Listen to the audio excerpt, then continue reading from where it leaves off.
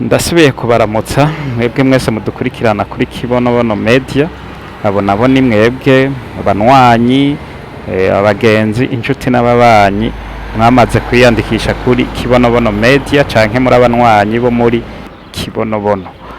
Tunashimira kandi na mwebwe bashasha mubona ibiganiro bica kuri Kibonobono Media, hanyuma mugaca mugira ko mufyonda hajya kuri subscribe canke hajya handitse s'abonner, kugira ngo ibiganiro tuza turabashikiriza ntimuzoze muracikwa na kimwe muri ivyo. Mu Kabezi nk'uko muvyibuka, mwagiye murabikurikirana kuri Kibonobono Media ndetse no ku zindi mbuga za Kibonobono. Mwarabonye yuko hariko harubakwa ihinguriro rizohingura ifu.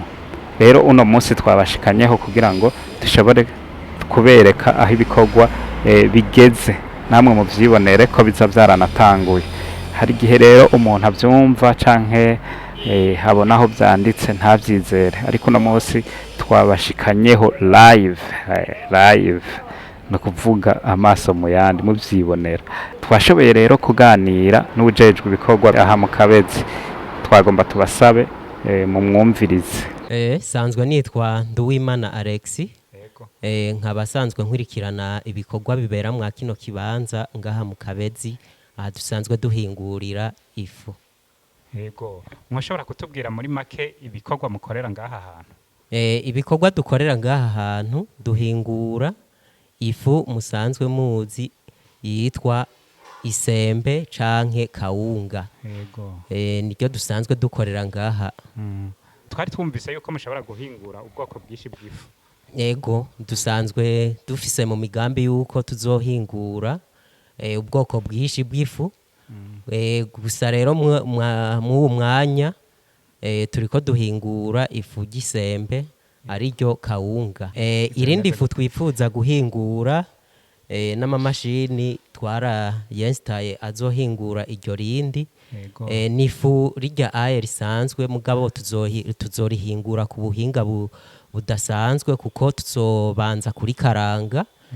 Keshi ndazi mu masoko mwahora muja kugura ifu rirya risanzwe, ndazi yuko mwarigura ubufu ibigori bisanzwe bidakaranze, mugatwege tuzobukaranga hanyuma tubugirira isuku buzoba bumeze neza cane.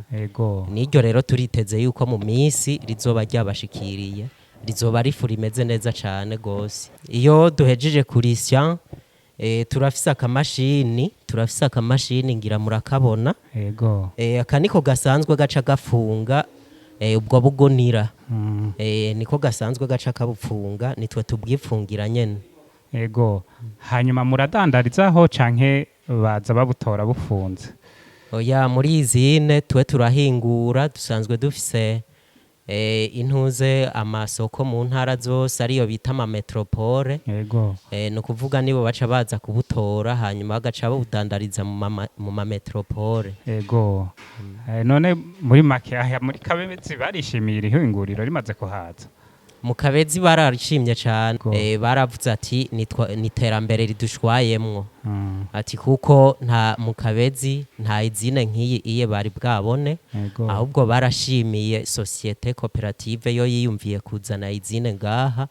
Barayishimiye cane gose. Ngira ngo nkumbure bazoca hiyongera abanywanyi babe benshi gusumba.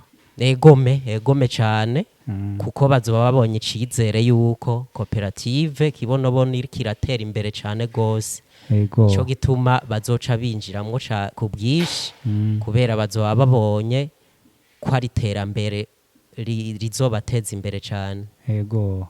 Murakoze rero kuduha aka kanya. Ngira ngo tuzosubira kubonana uwundi munsi. Sawa, murakoze.